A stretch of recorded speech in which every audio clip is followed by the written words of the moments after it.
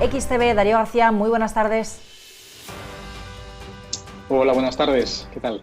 ¿Cómo analizamos la sesión? ¿Qué niveles tenemos que vigilar? El selectivo español, ¿dónde tiene la siguiente resistencia? Finalmente hoy cierre en positivo.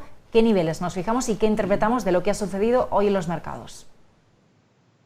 Pues en el caso del IBEX 35 tenemos un nivel de resistencia muy cerquita, estamos hablando de los 8.165 puntos.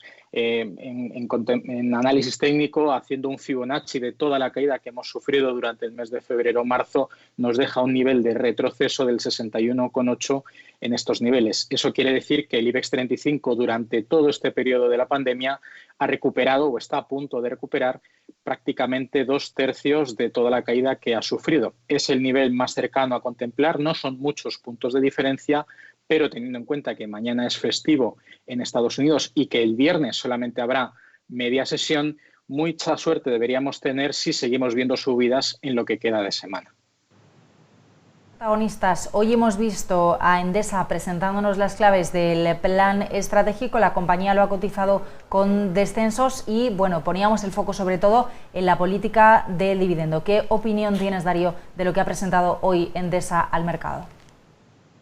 Bueno, son de alguna manera cautos, sigue manteniendo esa política de dividendo, teniendo en cuenta que es una empresa de un sector que tiene de media una rentabilidad por dividendo bastante interesante y es uno de los atractivos que suelen tener estas compañías de cara a los inversores. Los planes estratégicos, lo importante es que sean concisos, que sean claros y que no divaguen respecto a lo que van a hacer durante los próximos años. Como en este caso, Endesa pues ha dejado su plan estratégico bastante bien estructurado, eso sobre todo lo que elimina son incertidumbres y deja provistos los objetivos que tiene la empresa para los próximos años. Y sean buenos, sean malos o sean regulares, eso lógicamente les gusta saberlo a los inversores para sobre todo eliminar posibilidades de dudas respecto a la inversión en esta compañía.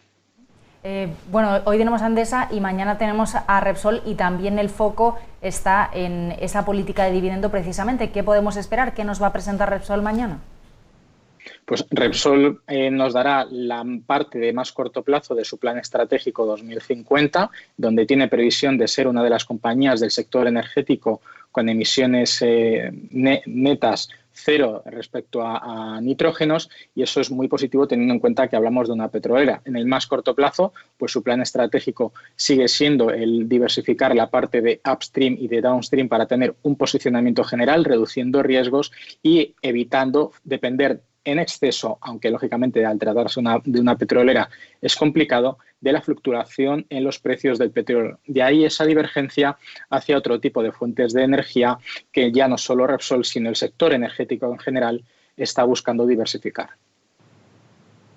Por los precios del petróleo. Hemos visto esta semana cómo sigue subiendo el Brent. Ahora mismo lo tenemos en más de $48, el Brent de referencia en Europa, y la mirada puesta también en la negociación del 30 de noviembre. En la OPEP los precios del petróleo siguen con ese optimismo por las vacunas, sigue el optimismo de que bueno, la economía va a funcionar un poquito mejor y que la demanda también para el sector energético va a ser un poquito mejor. En principio sí, recordemos que de hecho los precios del petróleo en la actualidad están descontando una situación real de mercado que todavía no existe, y es que la demanda se recupere.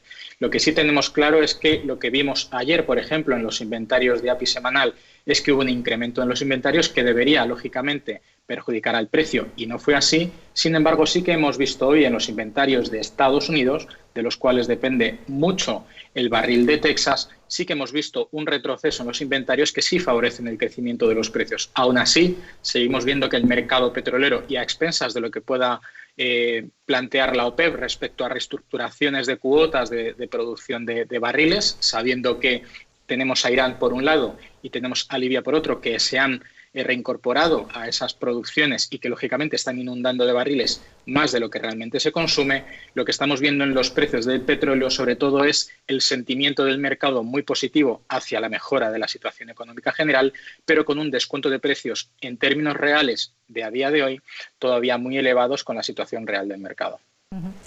Un último valor te pregunto, AENA, que soy la compañía que más desciende en el IBEX, cayendo un 1,9% al cierre de la sesión. hoy con rebaja de precio objetivo por parte de Morgan Stanley y bueno, en definitiva es uno de los títulos que hemos visto este año sufriendo, ¿no? Al final está muy vinculado hacia esos sectores castigados por la pandemia. Lógicamente, también hemos visto recientemente en el último mes, y estamos hablando de que en noviembre, cuando conocimos las noticias de la vacuna, habían pasado 10 días, AENA realmente ha subido aproximadamente un 20% lo que llevamos de mes. Hoy podemos prácticamente esperar que lo que ha habido de retroceso, aparte de las noticias sobre las valoraciones de las agencias de rating, es sobre todo una recogida de beneficios y depende mucho, a igual que pasa con el mercado del petróleo, de una recuperación de la demanda real en cuanto a los vuelos. Entonces, la principal gestora aeroportuaria de España, lógicamente, depende y mucho de que haya una reactivación de la economía en el sector turístico. Y mientras que eso no suceda, es cierto que se ha visto muy impulsada durante estos últimos 15 días, pero la realidad es que en términos de facturación de muy corto plazo todavía no nos hemos recuperado tanto como nos gustaría. Y una última pregunta, Darío. ¿Qué me dices de Wall Street? Veíamos ayer esos máximos, ese comportamiento, los 30.000 puntos del Dow Jones. Hoy, bueno, la jornada un poquito más mixta. Hemos tenido datos de PIB, esa segunda lectura del tercer trimestre del año, unas peticiones de subsidios semanales por desempleo que nos dan, bueno, un poquito el pulso de que el mercado laboral se empieza a enfriar y que efectivamente ese último trimestre del año puede ir camino de la desaceleración. ¿Qué hacemos con el mercado americano? ¿Entramos, no entramos? ¿Dónde se va a ir? ¿Cuál es tu análisis de Wall Street? Al menos en el muy corto plazo y hablando en esta semana, sabiendo que mañana es Acción de Gracias y es festivo y que el viernes solamente va a haber media sesión, históricamente esta semana ha estado marcadas por subidas en Wall Street, coincidentes ahora mismo también en niveles de resistencia clave y tras los máximos históricos del Dow Jones, muy probablemente es que veamos un desgaste, una bajada de la volatilidad por la menor interferencia, en este caso, de los inversores americanos que prácticamente han cerrado hoy o van a cerrar a las 10 de la noche la semana bursátil. Por lo tanto, veremos un descenso y una estabilidad, mejor dicho, en los activos y en los índices americanos, y esto probablemente aprovecharán los inversores europeos para cerrar posiciones y aguantar niveles de soporte recientemente alcanzados. Bueno, pues tomamos muy buena nota. Darío, gracias. Hasta mañana. Hasta mañana. Buenas tardes.